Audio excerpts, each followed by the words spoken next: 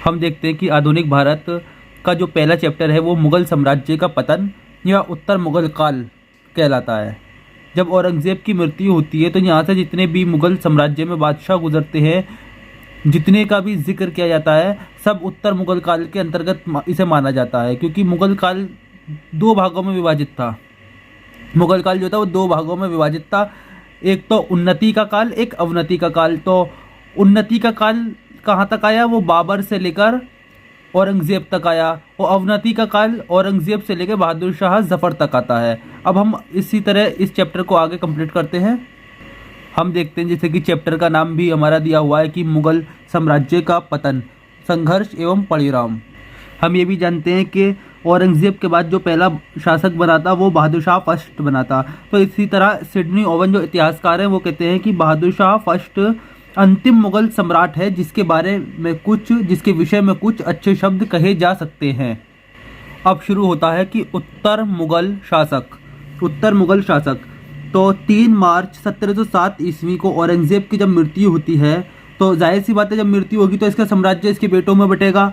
तो इसके बेटों को देखते हैं हम। सबसे पहले इसका बेटे हैं, एक मोहम्मद मुअज़्ज़म है, मोहम्मद आज़म है, मोहम्मद कामबख्श है, और मोहम्मद अकबर है, मोहम्मद सुल्तान है। लेकिन मोहम्मद अकबर और मोहम्मद सुल्तान इन दोनों की क्या हो जाती है, मृत्यु हो जाती है।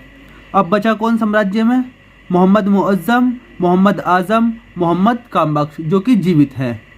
इस समय जो था औरंगज़ेब के समय में मुग़ल साम्राज्य 21 प्रांतों में विभाजित था। 21 प्रांतों में विभाजित था, जिसमें हम देखते हैं कि उत्तर भारत में 14 प्रांत थे, एक अफ़गानिस्तान यानी कि काबुल था, और दक्षिण भारत में 6 थे। इन सबको मिला दिया जाए तो कितने हो जाते हैं, टोटल 21 प्रांतों में विभाजित था। और इसके समय मोहम्मद मुअज़्ज़म जो था वो सूबेदार कहाँ का था, काबुल का, और मोहम्मद आज़म गुजरात का, मोहम्मद कामबख्श बीजापुर का। इसी तरह हमारी ट्रिक है कि मुअज़्ज़म काबुली, हम इसे 3-4 बार याद करेंगे तो जहाँ पर भी मुअज़्ज़म नाम आएगा वहाँ काबुली ज़रूर आ जाएगा। तो इस तरीके से हमें याद रहेगा कि मुअज़्ज़म जो था वो काबुल का था। ऐसे ही आज़म गुजरात का था, कामबख्श बीजापुर का था, तो काम बीजा, इस तरीके से हम इसे याद कर सकते हैं। इसी तरीके से ये हमारा दिया हुआ है कि बहादुर लोग बेखबर होते हैं, ये हमारी एक ट्रिक है, यानी कि बहादुर शाह फर्स्ट को साहेब बेखबर भी कहा जाता है। इसलिए हमारी ट्रिक ये है कि बहादुर लोग बेखबर होते हैं, ये हमारे सेंटेंस में याद हो जाएगा आराम से। तो इसका मतलब क्या है, बहादुर शाह फर्स्ट जो था वो इसे क्या कहा जाता है, इन्हें साहेब बेखबर कहा जाता है। अब हम देखते हैं कि जब इसके 3 बेटे बचे, मोहम्मद मुअज़्ज़म, मोहम्मद आज़म और मोहम्मद कामबख्श, तो जाहिर सी बात है इनमें बादशाह तो एक ही बनेगा। तो इनमें क्या होगा, उत्तराधिकार के लिए संघर्ष। तो मोहम्मद आज़म जो गुजरात के अहमदनगर में था, ये क्या करता है कि 14 मार्च 1707 ईस्वी को खुद को बादशाह घोषित कर देता है और असद खां को अपना वजीर बनाता है। इसी तरह मोहम्मद आज़म ने कर दिया अपने आप को बादशाह घोषित। अब मोहम्मद मुअज़्ज़म को देख लेते हैं। मोहम्मद मुअज़्ज़म क्या करता है कि वो पेशावर से आगरे की तरफ चलता है और पुले शहदोल नाम की एक जगह है, यहाँ पर अपने आप को बादशाह घोषित कर देता है। अब होता क्या है कि 1707 जून के महीने में आगरे से 20 मील पहले सामूगढ़ एक जगह है, और सामूगढ़ के अंदर भी एक जगह है जिसे जजाओ या जजाको कहा जाता है। यहाँ पर मोहम्मद मुअज़्ज़म और मोहम्मद आज़म के बीच युद्ध हो जाता है। युद्ध तो होना तय था क्योंकि दोनों ने अपने आप को बादशाह घोषित कर दिया, तो बादशाह तो एक रहेगा ना, तो युद्ध दोनों में हो जाता है, मोहम्मद आज़म में और मोहम्मद मुअज़्ज़म में। लेकिन यहाँ पर मोहम्मद आज़म मारा जाता है युद्ध में। और इसी तरह 1709 ईस्वी में जनवरी के महीने में 1709 ईस्वी में हैदराबाद के पास, कहाँ पर, हैदराबाद के पास कामबख्श और मोहम्मद मुअज़्ज़म में युद्ध हो जाता है। देखो यहाँ पर मोहम्मद आज़म मारा गया, बचा कौन, मोहम्मद मुअज़्ज़म। तो जाहिर सी बात है कि एक बादशाह बचा है। अब इसका दूसरे भाई से भी झगड़ा होगा, जाहिर सी बात है। तो दूसरा कौन बचा था, कामबख्श बचा था दूसरा। तो मोहम्मद मुअज़्ज़म और कामबख्श में दोनों में युद्ध हो जाता है, और यहाँ पर मोहम्मद कामबख्श मारा जाता है। यहाँ मोहम्मद आज़म मारा गया मुअज़्ज़म से, यहाँ पर कामबख्श मारा गया मुअज़्ज़म से। तो अब बचा कौन, इसके 5 बेटों में जिंदा कौन बचा, मोहम्मद मुअज़्ज़म। तो मोहम्मद मुअज़्ज़म जाहिर सी बात है जब अकेला बचा है तो यही गद्दी पर बैठेगा, और मोहम्मद मुअज़्ज़म को ही बहादुर शाह फर्स्ट कहा जाता है। इस तरीके से उत्तराधिकार का युद्ध खत्म हो जाता है और मोहम्मद मुअज्जम यानी कि बहादुर शाह फर्स्ट साम्राज्य पर बैठता है। जैसे कि मैंने कहा कि मोहम्मद मुअज्जम बच जाता है और ये बहादुर शाह फर्स्ट की उपाधि धारण करता है, तो बहादुर शाह फर्स्ट ही कहलाएगा। लेकिन एक कंडीशन यहाँ देखने की है, ये 1707 से 1712 तक रहता है, यानी कि 5 वर्ष रहता है। और ये इसकी सबसे बड़ी खूबी क्या थी कि ये युद्ध से बचता रहा, युद्ध करने से बचता रहा ये, क्योंकि ये भी जानता था कि 63 वर्ष की आयु में बादशाह बनता है, 63 वर्ष की आयु में बादशाह बनता है। इसे शाह आलम फर्स्ट भी कहा जाता है, शाह आलम फर्स्ट भी कहा जाता है। अब हम इसकी जो है प्रशासन की नीति को देखते हैं। शांतिपूर्ण मैत्रीपूर्ण नीति को अपनाता है, क्योंकि मैं पहले कह चुका हूं कि ये युद्ध से बचता रहा है, तो जाहिर सी बात है कि शांतिपूर्ण मैत्री नीति से बचेगा, ये नहीं बचेगा नहीं, शांतिपूर्ण मैत्री नीति को अपनाएगा ये। अब इसने इस नीति को अपनाने के लिए क्या कहा, इनने हिंदू राजाओं के प्रति सहिष्णुता को अपनाया, राजपूतों को राज्य वापस कर दिए। शाहू जी जो जिन्हें संभाजी भी कहा जाता है, इन्हें शाहू जी को 1689 ईस्वी में मुक्त कर कर सरदेशमुखी लेने का तो अधिकार दे दिया, लेकिन चौथ लेने का अधिकार नहीं दिया। इनने गुरु गोविंद सिंह से संधि की और उन्हें भी मनसब दे दिया। और इसने बुंदेला जो सरदार थे छत्रसाल और जाट सरदार जो थे चुड़ामन, इन दोनों से मित्रता कर ली। इन दोनों से क्या करा, इनने मित्रता की ताकि युद्ध से बचा रहे। और युद्ध में बंदा बहादुर को विजित कर दिया, बंदा बहादुर से विजित हो गया। ये 1710 ईस्वी में सरहिंद को जीत लिया और लोहागढ़ में ये 1712 ईस्वी में पराजित हो जाता है। अब जब ये पराजित हो जाता है तो इसके सामने कई और भी युद्ध हुए हैं, जैसे कि जोधपुर का युद्ध है, आमेर का युद्ध है। अब हम इसके बीच में जो युद्ध हुए हैं इन्हें देख लेते हैं हम। इसके समय में क्या होता है कि जोधपुर का जो राजा है, जो शासक था, राजा अजीत सिंह, इसने अपने आप को स्वतंत्र घोषित कर लिया और मुगलों के प्रांतों पर भी अधिकार कर लेता है। ये मुगलों के प्रांतों पर भी अधिकार कर लेता है। तो इसी बीच इसे अजीत सिंह को हराया जाता है और राजा विजय सिंह को आमेर का राजा घोषित कर दिया जाता है। मुगलों ने इसको शासक बनाया विजय सिंह को, जिसमें विजय सिंह जीते, अजीत सिंह को हरा दिया जाता है। लेकिन बाद में क्या होता है कि अजीत सिंह को भी राजा स्वीकार कर लिया जाता है और इसे मारवाड़ का शासक बना दिया जाता है, मारवाड़ का शासक बना दिया जाता है। और लेकिन अजीत सिंह फिर से दोबारा से अटैक कर देता है, लेकिन फिर एक संधि होती है और अजीत सिंह को उसका जो जीता हुआ क्षेत्र था वो वापस कर दिया जाता है। 1711 ईस्वी में बहादुर शाह फर्स्ट के समय में एक डच शिष्टमंडल भारत आया, जिसके जो आए थे वो जोशुआ केटेलर थे, जोशुआ केटेलर की अध्यक्षता में आया था। इतिहासकार खकी खां जो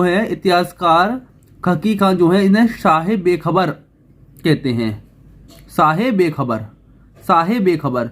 जैसे कि मैंने पहले टेक में बताया था कि बहादुर लोग कौन होते हैं, बेखबर होते हैं, तो बहादुर शाह फर्स्ट और शाहे बेखबर कहा जाता है इन्हें। बहादुर शाह फर्स्ट के बाद कौन शासक बनता है, जहांदार शाह। ये जो जहांदार शाह है ये 1712 से लेकर 1713 तक रहता है, 1712 से 1713 तक। इसके बाद अजीम उस शान, जान शान, रफ़ी उस शान, इन सब का भी जिक्र बताऊंगा, क्योंकि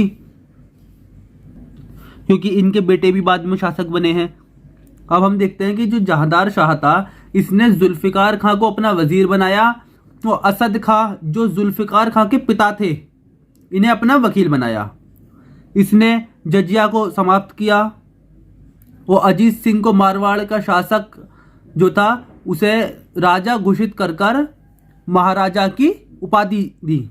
किसने दी महाराजा की उपाधि? जहांदार शाह ने दी। और मराठों को इसने पहले क्या था, सरदेशमुखी लेने का अधिकार था केवल, लेकिन इसने चौथ लेने का भी अधिकार दे दिया। सरदेशमुखी और चौथ दोनों लेने का अधिकार दे दिया, लेकिन इसकी जो वसूली करेंगे वो मुगल सरदार ही करेंगे। वसूली मुगल सरदार करेंगे और मराठों को लेकर दे देंगे। सीधे मराठा नहीं कर सकते, मुगल सम्राट ही करेंगे। जो मुगल सरदार हैं, मुगलों ने रख रखे हैं वसूली के लिए, वो करेंगे पहले वसूली, फिर वो एकत्र कर मतलब कलेक्शन कर मराठों को देंगे। इसने राजा राम शिवाजी जो है, शिवाजी सेकंड, इन्हें 3000 का मनसब दिया और चुड़ामन और छत्रसाल इन दोनों से मित्रता का व्यवहार ही रखा। इसने क्या करा, मित्रता का ही व्यवहार रखा। और ये जो दे रखा ये एक तरीके से ट्रिक है। जहां का जजिया खत्म, मतलब जहादार ने जजिया को खत्म किया। अजीत महाराजा, जहां का जहादार शाह अजीत सिंह को महाराजा की उपाधि दी। जहां से चौथ और सरदेश ले लो, मतलब चौथ और सरदेश दोनों लेने का जो ऑर्डर दिया किसने कहा, जहादार शाह ने कहा। जहां की इजरा मतलब व्यवस्था जो लाया, इजरा या इजारा व्यवस्था जो लेकर आया वो जहादार शाह रहा। और जहाँ की लाल कुंवारी लंपट मूर्ख है, इसे लंपट मूर्ख कहा जाता था। और लाल कुंवारी जो थी इसकी प्रेमिका थी। इस तरीके से हमने एक ट्रिक बना रखी है, ऐसे भी याद कर सकते हो। जुल्फिकार खां जो इसका वजीर था, इसने इसके हाथ में, जहादार शाह ने जुल्फिकार खां के हाथ में प्रशासनिक एवं राजस्व संबंधी काम दे दिए। लेकिन ये इससे भी बड़ा आलसी था एक तरीके से। इसने क्या काम करा कि ये जो सुभग चंद्र है, इसने इसको काम दे दिया। जहादार शाह ने तो जुल्फिकार खां को काम दिया ये, लेकिन जुल्फिकार खां ने अपने काम से बचने के लिए सुभग चंद्र को दे दिया। लेकिन सुभग चंद्र जो था एक भ्रष्ट इंसान था। सुभग चंद्र जो था एक भ्रष्ट इंसान था। तो ये क्या क्या लेके आता है, ये इजारा व्यवस्था लाया। और इजरा व्यवस्था भी इसी को कहा जाता है। ये जो इजारा या इजरा व्यवस्था है, ये भू राजस्व वसूलने का एक ठेका होता है जो इजारेदार किसान से वसूलता है। इजारेदार जो है किसान से वसूलता है, भू राजस्व वसूलने का एक ठेका होता है। जैसे कि मैं पहले बता चुका हूं कि लाल कुंवारी जो थी इसकी प्रेमिका थी। जहादार शाह को लंपट मूर्ख कहा जाता है, लंपट मूर्ख कहा जाता है। लेकिन जो फर्रुखशियर था, फर्रुखशियर ने इसकी कमजोरी का फायदा उठाया। फर्रुखशियर ने इसकी कमजोरी का फायदा उठाया और सैयद बंधुओं की सहायता लेकर इसकी जहादार शाह की यानी कि लंपट मूर्ख की हत्या करवा दी। 1713 ईस्वी में फर्रुखशियर और जहादार शाह के बीच युद्ध हो जाता है, जिसमें जहादार शाह पराजित हो जाता है और उसकी हत्या कर दी जाती है। जब इसकी हत्या कर दी गई तो बचा कौन, फर्रुखशियर। तो जाहिर सी बात है कि अगला शासक कौन बनेगा, फर्रुखशियर बनेगा। अब फर्रुखशियर जो है वो 1713 से 19 तक रहता है। इसने सैयद बंधुओं की सहायता से जहादार शाह की हत्या की थी। यानी कि सैयद बंधु अब कौन कौन थे, एक थे सैयद अब्दुल्ला खां, एक सैयद अली खां। सैयद अब्दुल्ला खां जो थे वो वजीर थे और सैयद अली खां जो थे वो मीर बख्श थे, और ये दोनों भाई थे। अब सैयद बंधुओं का समझ में आ गया होगा। अब सैयद बंधुओं ने क्या करा कि जुल्फिकार खां जो कि जहादार शाह का वजीर था, इसकी हत्या कर दी और असद खां को कैद में ले लिया। जुल्फिकार खां की हत्या कर असद खां को कैद में ले लिया। और इसके समय जो दक्षिण प्रांत था उसके जो शासक थे वो चिनकिलिज खां या निजामुल मुल्क थे। इसने क्या करता है कि फर्रुखशियर धार्मिक सहिष्णुता को बनाए रखने का प्रयास करता है। इसने दोबारा से जजिया कर को समाप्त कर दिया, तीर्थ यात्रा कर को समाप्त कर दिया। इसने राजपूत जो राजकुमार थे इन्हें बड़े बड़े पद दिए और चुड़ामन से इनने मित्रता बनाए रखी। मित्रता बनाए रखी। अजीत सिंह ने दोबारा से मुक्त होने का प्रयास किया। ये अजीत सिंह जो है बाज नहीं आ रहा, बार बार अटैक कर रहा है और अपने आप को स्वतंत्र घोषित करने की प्लानिंग कर रहा है, लेकिन क्या बार बार ये पराजित हो जाता है। लेकिन इस बार क्या होता है कि अजीत सिंह ने दोबारा से मुक्त होने का प्रयास किया लेकिन पराजित हो गया। तो फर्रुखशियर क्या करता है कि अजीत सिंह की जो पुत्री है इससे विवाह कर लेता है और 1717 ईस्वी का जो फरमान है, जो ईस्ट इंडिया कंपनी को शाही फरमान कहा जाता है, इसमें बहुत से व्यापार संबंधी रियायतें दे दी जाती हैं। इसीलिए इसे अंग्रेजों का मैग्ना कार्टा कहा जाता है। इस फरमान को अंग्रेजों का मैग्ना कार्टा कहा जाता है कंपनी के लिए।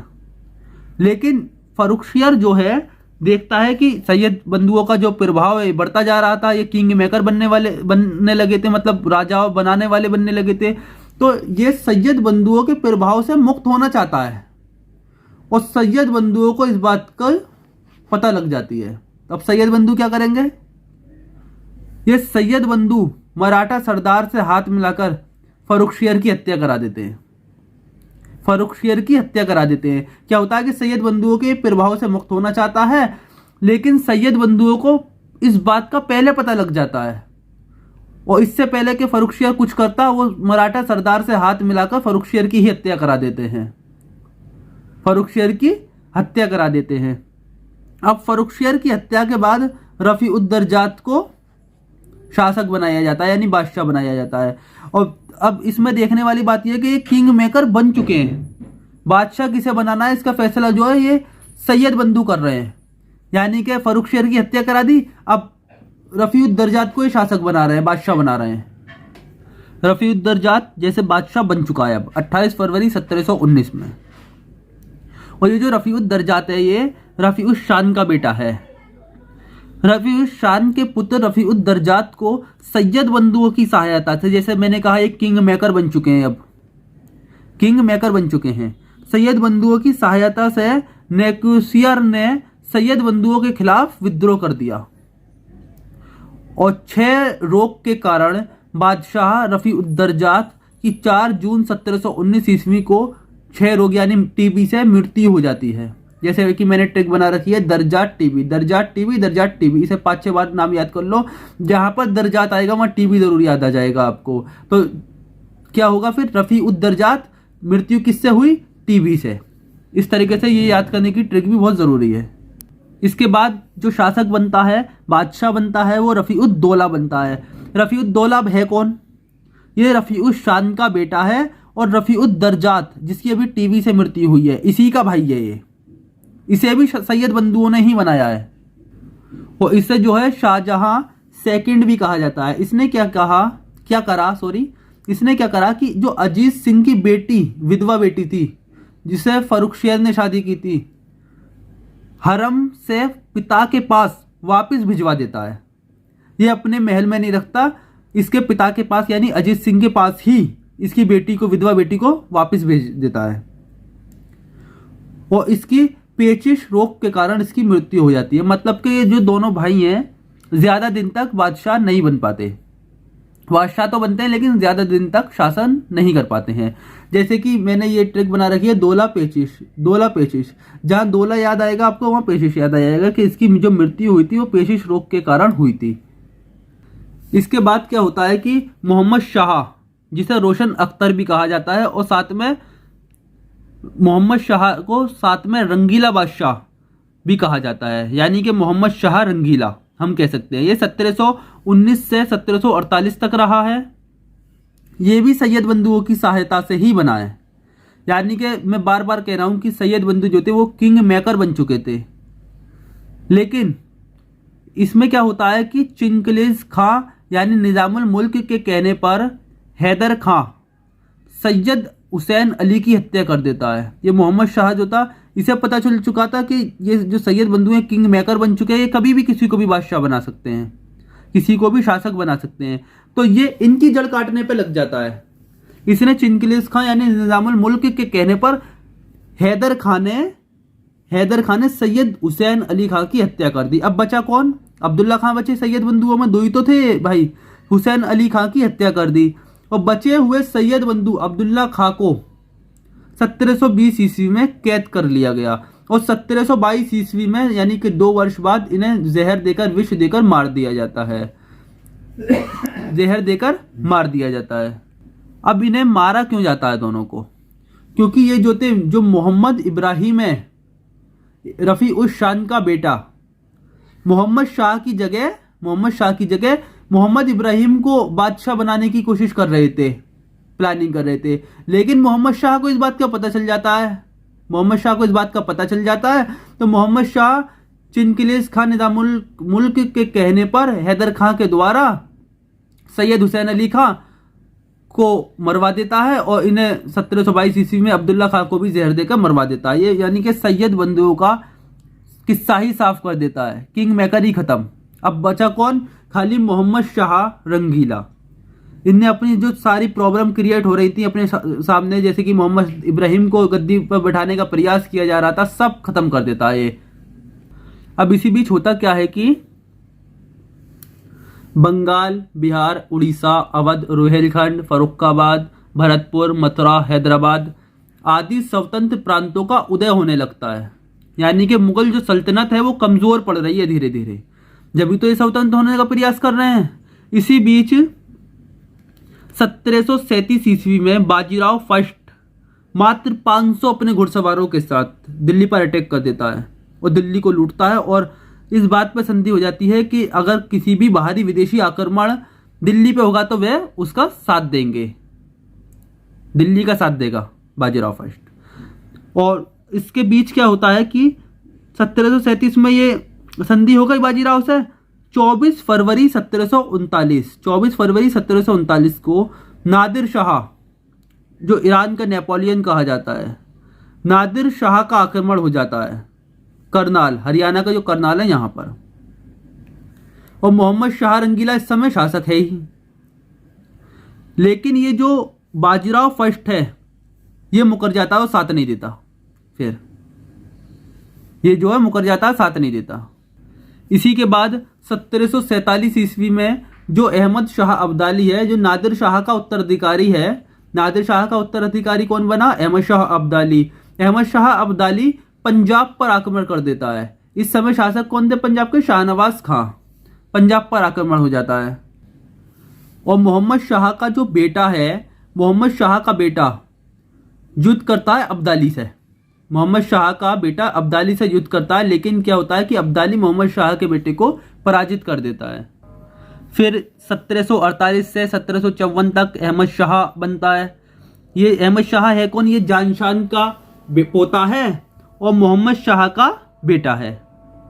मोहम्मद शाह का बेटा कौन है? अहमद शाह। इसके समय में क्या हुआ? अहमद शाह अब्दाली का ने आक्रमण किया था, युद्ध हुआ।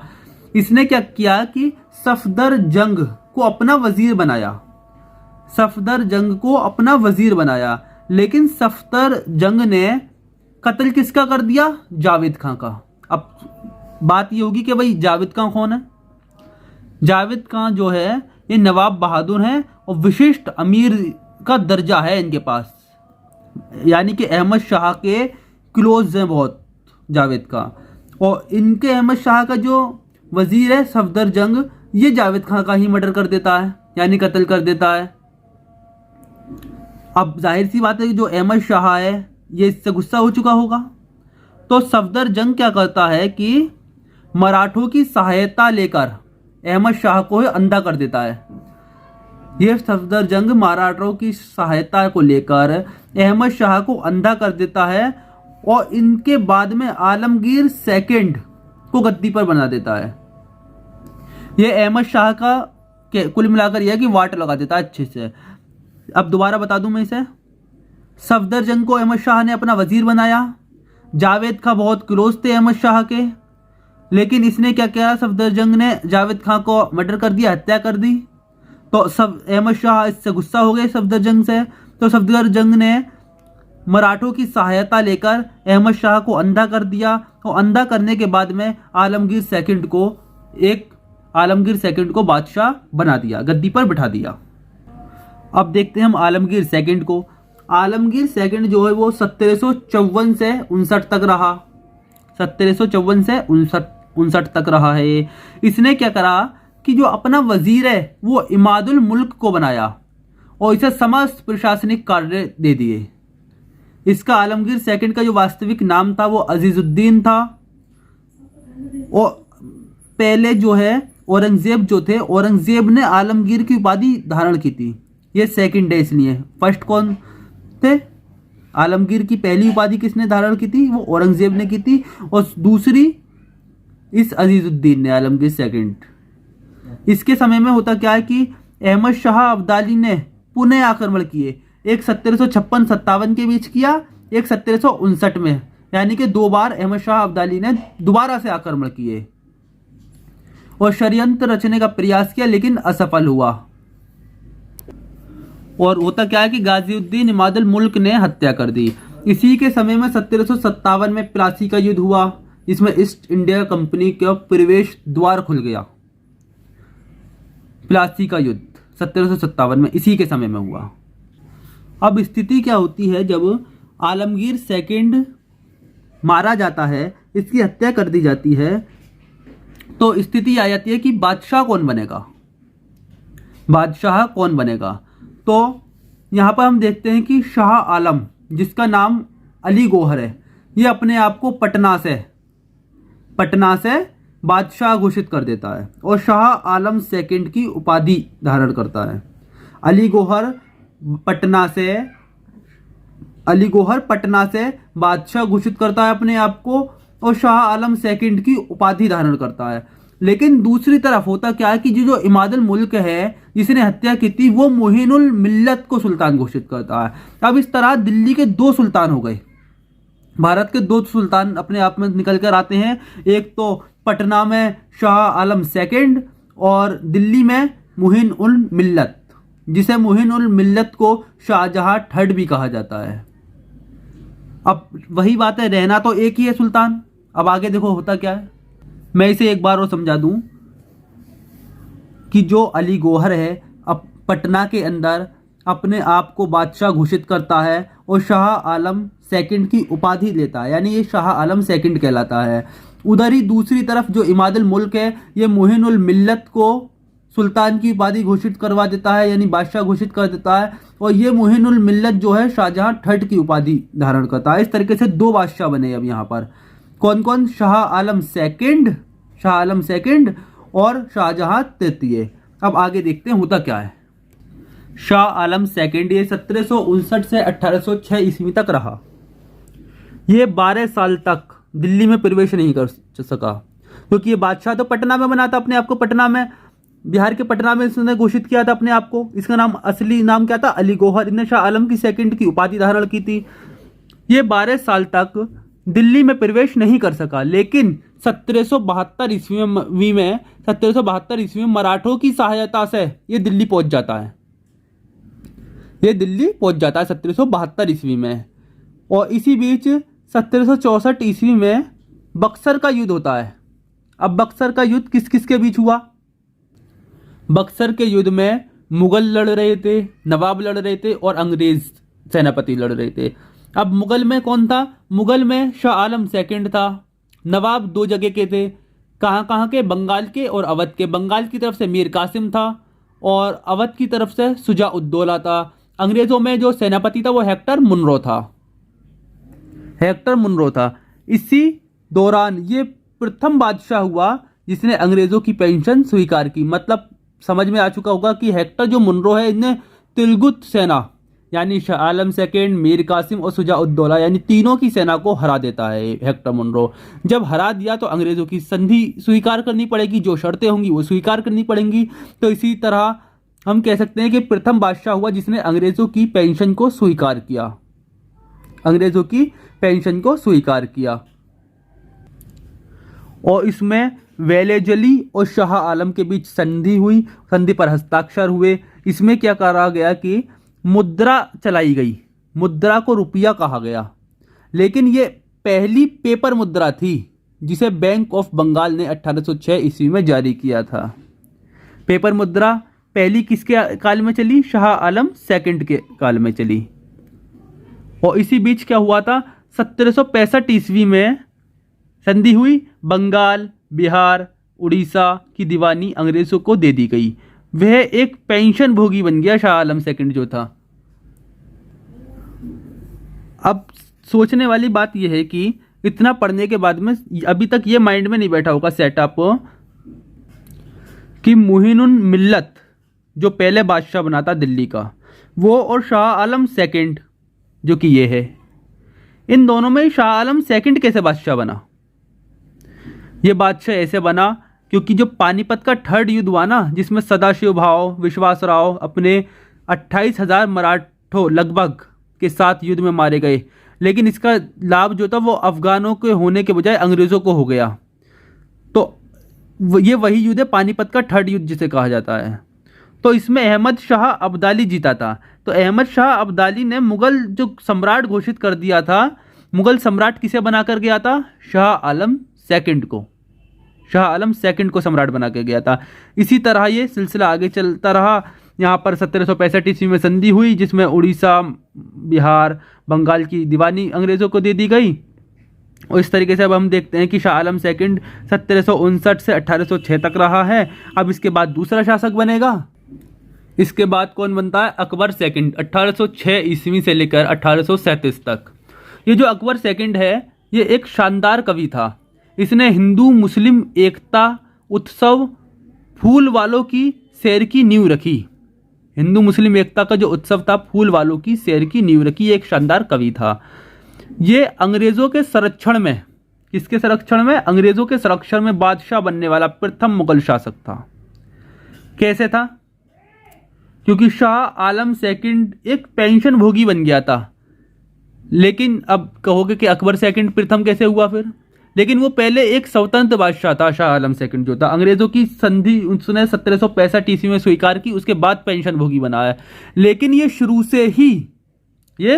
शुरू से ही मुगल शासक ऐसा था जो अंग्रेज़ों का पेंशन भोगी था, अंग्रेज़ों के संरक्षण में था। इस तरह 1835 ईस्वी तक मुगलों के टकसाल बंद हो गए। राजा राम मोहन राय को इसने राजा की उपाधि दी। अब क्यों दी राजा की उपाधि? क्योंकि अकबर सेकंड की जो पेंशन थी ना, वो कम कर दी गई थी।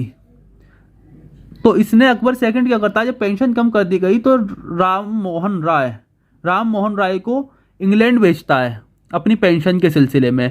तो ये इसे राम मोहन राय को राजा की उपाधि देके, देख रहे हो, खुद तो ये राजा है नहीं, एक तरीके से पेंशन भोगी बन चुका है, दूसरे को राजा की उपाधि दे रहा है। इसके शासनकाल में क्या हुआ? अकबर सेकंड के शासनकाल में ईस्ट इंडिया कंपनी ने खुद को अधीन मानना बंद कर दिया। मतलब पहले तो एक अधीनी तरीके से काम करती थी ना कंपनी, बादशाह के संरक्षण में। बादशाह जो कहेगा उसे मानना होगा, उसके अधिकार जो भी हैं वो बादशाह के द्वारा ही दिए जाते थे। लेकिन खुद को अधीन मानना बंद कर 1835 ईस्वी में उसने सम्मान में सिक्का ढालना भी बंद कर दिया। पहले क्या करता था कि कंपनी जो सिक्का ढालती थी वो राजा के सम्मान में कोई चित्र छाप दिया, कोई भी मतलब ऐसी चीज़ करना कि जिससे राजा का सम्मान हो। लेकिन राजा के सम्मान में भी 1835 ईस्वी में सिक्का ढालना बंद कर दिया बिल्कुल। इसी तरह इसके बाद क्या होता है कि अकबर सेकंड रहता है 1806 से 37 तक। इसके बाद बहादुर शाह सेकंड आते हैं, जिसे अपनी ये एक पत्रिका लिखते थे जफ़र नाम की। बहादुर शाह सेकंड जो थे जफ़र नाम की पत्रिका लिखते थे, तो इसीलिए इन्हें बहादुर शाह जफ़र कहा जाने लगा। ये 1837 से 1857 के विद्रोह तक रहे। 1857 के विद्रोह तक रहे। लेकिन जब विद्रोह हुआ तो इन्हें रंगून जो म्यांमार की जगह है, रंगून निर्वासित कर दिया गया। 1862 ईस्वी में इनकी रंगून में मृत्यु हो जाती है। और महारानी विक्टोरिया ने 1 नवंबर 1858 ईस्वी को मुगल साम्राज्य के अंत की घोषणा कर देती है। इस तरह से जो मुगल साम्राज्य है ख़त्म हो जाता है। और जो अब हम देखेंगे कि जो मेन पॉइंट व्यू करने हैं वो देखेंगे हम। पहले कुछ क्वेश्चन देख लेते हैं जो हमारे यूपीएससी में आ चुके हैं क्वेश्चन। जिस तरीके से ये क्वेश्चन कह रहा है कि निम्नलिखित में से कौन से मुगल साम्राज्य के पतन के कारण थे। पहला ऑप्शन दे रखा है इसने, औरंगजेब की संकीर्ण धार्मिक नीतियाँ, राइट, ये पतन का कारण थी। राजपूतों के साथ गठबंधन, ये नहीं थे। मराठों का उदय, ये दोनों, यानी कि पहला और तीसरा हो जाएगा इसका। क्योंकि मराठों का जो उदय हुआ तो मुगल साम्राज्य कमजोर पड़ता गया, और औरंगजेब की जो धार्मिक नीतियाँ थी इससे भी मुगल साम्राज्य पर बहुत ज़्यादा असर देखने को मिलता है। अगला क्वेश्चन देख लेते हैं हम। ये कह रहा है कि निम्नलिखित में से कौन सा मुगल सम्राट ईस्ट इंडिया कंपनी का पहला पेंशन भोगी बना। तो पहला पेंशन भोगी कौन बना था? शाह आलम सेकंड, 1765 की संधि के अकॉर्डिंग। और पहला, अगर ये कह दे कि पहला संरक्षण में बना हुआ बादशाह कौन था? अकबर सेकंड। ओके, ये क्वेश्चन जो दे रखा है ये मेंस का क्वेश्चन है। भारत में 18वीं शताब्दी के माध्यम में मुगल साम्राज्य के पतन के साथ उभरे क्षेत्रीय राज्यों का विवरण दीजिए। तो हमें क्या करना है, जैसे कि मराठा उभरे, अवध, बंगाल, राजपूत, जितने भी जो राज्य उभरे हैं क्षेत्रीय राज्य, उनका विवरण देना है। ये आंसर राइटिंग के अकॉर्डिंग आ जाता है क्वेश्चन। आंसर राइटिंग में तो मैं क्या करूँगा कि जो आधुनिक भारत जब ख़त्म होगा तो इसके लास्ट में जितने भी आधुनिक भारत के क्वेश्चंस हैं, जैसे राष्ट्रीय आंदोलन के हुए, मेंस में जो क्वेश्चन आते हैं, सब A to Z लाइन से एक वीडियो बनाकर एक एक क्वेश्चन को दोबारा से समझाऊंगा। ओके, और इसके बाद हमारे कुछ और पॉइंट भी हैं इसके अंदर, वो और देख लेते हैं। जैसे कि सीधे सीधे आप पढ़ सकते हैं, इसमें लिखा है कि मुगल साम्राज्य के पतन के कारण क्या थे। काफ़ी कारण थे। पहला, उत्तराधिकारी कमज़ोर थे, कमज़ोर उत्तराधिकारी। दूसरा कारण, गुटबाजी का प्रभाव। तीसरा, गुटों के माध्यम प्रतिद्वंदिता, सेना जो अप्रभावी थी, क्षेत्रीय आकांक्षाओं का उदय हुआ, प्रशासन की समस्या, जागीरदारी का संकट, क्षेत्रीय राज्यों का उदय, ताबूत में अंतिम कील। अब हम क्या करेंगे कि जो एक तरीके से कितने टॉपिक हो गए, 3, 2, 5, 5 और 4, 9 टॉपिक को हम एक एक करके देखते हैं कि कमज़ोर उत्तराधिकारी में क्या कमियां रही, क्या नहीं रहा। ओके, और इसमें एक सबसे बड़ा कारण ये भी रहा कि औरंगजेब की धार्मिक व दक्कन की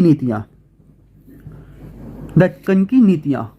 इसमें हम देखते हैं कि गोलकुंडा, बीजापुर, कर्नाटक पर मुगल सरकार के नियंत्रण बनाने की कोशिश ने मुगल साम्राज्य को अत्यंत तनावग्रस्त स्थिति में ला दिया। इससे मराठा आक्रमणों के लिए मुगल संचार मार्गों को भी पता चल गया, जिससे कि इस क्षेत्र में मुगल कुलीन वर्गों के लिए सौंपी गई जागीरों को अपना बकाया लिया गया। कई मौक़ों पर गैर मुस्लिम विषयों, भावनाओं की संवेदनशीलता का सम्मान करने में उनकी विफलता भी इसके कारण बनी। क्योंकि कोई देखो, भारत है, कोई एक अकेला मुस्लिम धर्म तो है नहीं, दक्षिण में काफ़ी धर्म। अब उनमें उनकी भावनाएं आहत होने लगीं। कई नीतियाँ ऐसी थीं, जैसे कि औरंगज़ेब का एग्जाम्पल मैं कह सकता हूँ कि तीर्थ यात्राकार हुआ, जजियाकार हुआ, इससे भावनाएं आहत थीं। उसने एक ऐसी नीति का प्रतिपादन किया जिसके परिणाम स्वरूप कई मंदिरों को नष्ट कर दिया गया और दोबारा से जजिया लगा दिया गया। मतलब जब मंदिरों को नष्ट कर दिया गया तो हिंदू धर्म में एक आहत होगा, जजिया दोबारा लगा दिया गया। उसने हिंदुओं को अलग थलग कर दिया और उन लोगों को मजबूती प्रदान की गई जो राजनीतिक व अन्य कारणों से मुगल साम्राज्य का विरोध कर रहे थे। कितनी बड़ी बात है अपने आप में। अब हम पहला पॉइंट देखते हैं, अयोग्य उत्तराधिकार। औरंगजेब के उत्तराधिकारी कमजोर थे और प्रशासन को प्रभावी ढंग से चलाने में असमर्थ थे, जो कि साफ साफ मोटे तौर पर देखा जा सकता है। उसमें से अधिकांश धनी अभिजात वर्गों के हाथों की कठपुतली थी, जैसे कि सैयद बंधु हुए, किंग मेकर बन चुके थे। लगभग 1709 से 1719 तक दिल्ली को प्रभावित करने वाले उत्तराधिकार युद्ध ने धीरे धीरे इस कमजोर साम्राज्य को कमजोर कर दिया। जैसे नादिर शाह का आक्रमण, अहमद शाह अब्दाली का आक्रमण, मराठों का आक्रमण हुआ, काफ़ी आक्रमण हुए। दिल्ली को उत्तराधिकार युद्ध ने धीरे धीरे इस साम्राज्य को कमजोर करता चला गया।